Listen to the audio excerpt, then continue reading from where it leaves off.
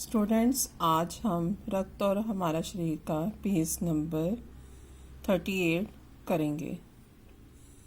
दीदी बोली, सफ़ेद कण वास्तव में हमारे शरीर के 20 सिपाही हैं।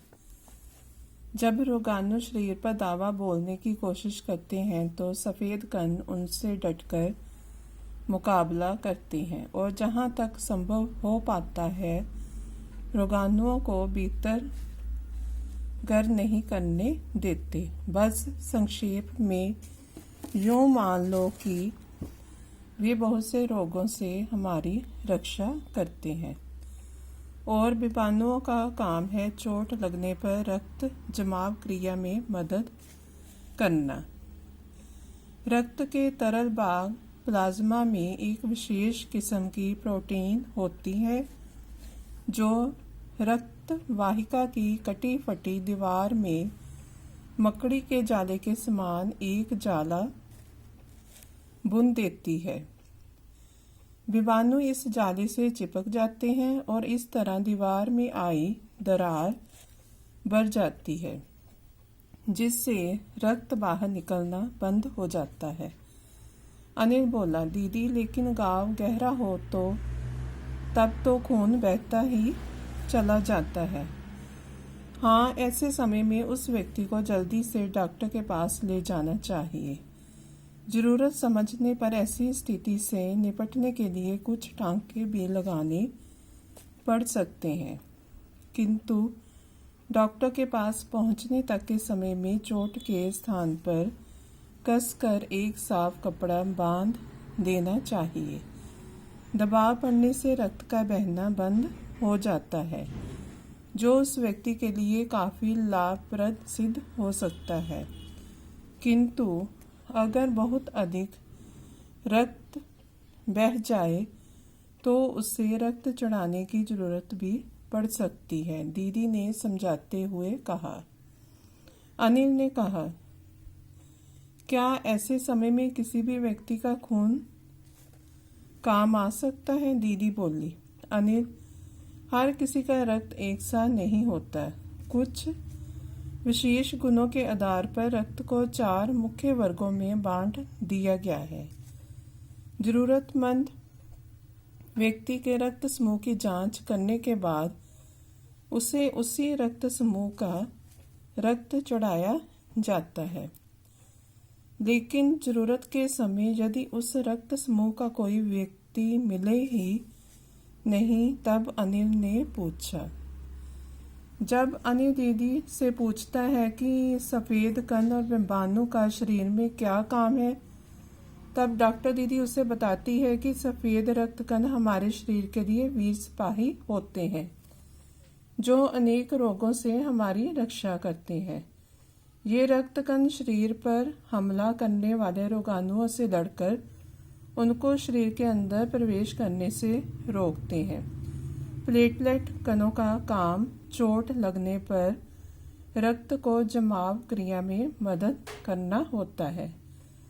रक्त के तरल भाग के प्लाज्मा में एक विशेष प्रोटीन होती है जो रक्त वाहिका की कटी फटी दीवार में जाले से बुन देती है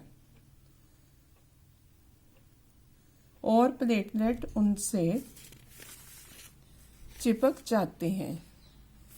ये दरार बनने से रक्त का निकलना बंद हो जाता है। अधिक रक्त निकल जाने पर व्यक्ति को रक्त चढ़ाने की भी जरूरत पड़ती है। ये रक्त उसी व्यक्ति के खून के समूह वाला होना चाहिए। घाव गहरा होने पर कसकर पट्टी बांध देनी चाहिए जिससे शरीर से कम रक्त निकले। हर किसी व्यक्ति का खून जो है हर व्यक्ति को नहीं चढ़ाया जा सकता। ये जो है डॉक्टर दीदी अनिल से कहती है, लेकिन आगे अनिल उनसे पूछता है कि जरूरत के समय उस रक्त समूह का व्यक्ति ना मिले तो फिर क्या होगा। ऐसी आपात स्थिति के लिए ही ब्लड बैंक बनाए गए हैं। प्रायः हर बड़े अस्पताल में इस तरह के बैंक होते हैं जहां सभी प्रकार के रक्त समूहों का रक्त तैयार रखा जाता है। किंतु इन ब्लड बैंकों में रक्त का भंडार सुरक्षित रहे, इसके लिए ये आवश्यक है कि हम समय समय पर रक्तदान करते रहें। दीदी ने कहा, क्या मैं भी रक्तदान कर सकता हूँ? अनिल ने पूछा। नहीं, अभी तुम छोटे हो। 18 वर्ष से अधिक उम्र के स्वस्थ व्यक्ति ही रक्तदान कर सकते हैं। एक समय में उनसे लगभग 300 मिलीलीटर रक्त ही लिया जाता है।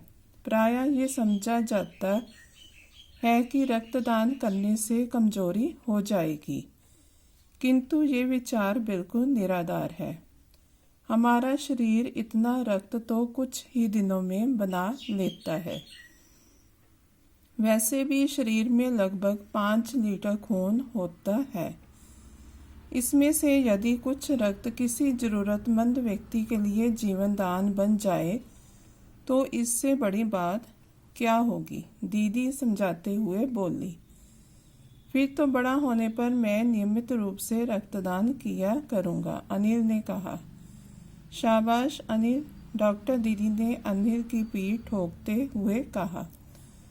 डॉक्टर दीदी उसे बताती है कि आवश्यकता अनुसार रक्त प्राप्त करने के लिए बड़े अस्पताल में ब्लड बैंक होते हैं। इनमें सभी चारों तरह के रक्त सुरक्षित रखे जाते हैं। इन ब्लड बैंकों में रक्त की कमी ना होने पाए, इसके लिए आवश्यक है कि लोग रक्तदान करें। 18 साल से अधिक उम्र का स्वस्थ व्यक्ति ही रक्तदान कर सकता है। एक बार में एक व्यक्ति से 300 मिलीलीटर रक्त लिया जाता है।